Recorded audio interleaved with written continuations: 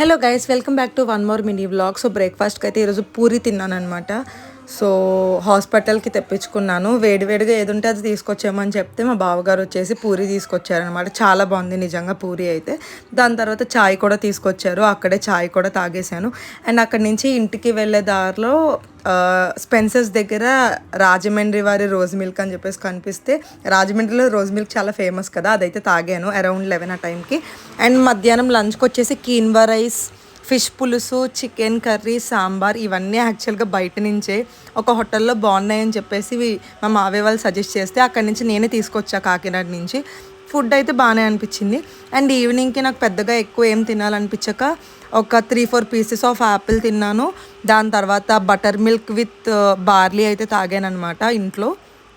దాని తర్వాత ఇంకా నా డే వచ్చేసి ఒక 5 రూపీస్ పర్క్ చాక్లెట్తో ఎండ్ చేశాను అనమాట. So yeah, that's it for the day.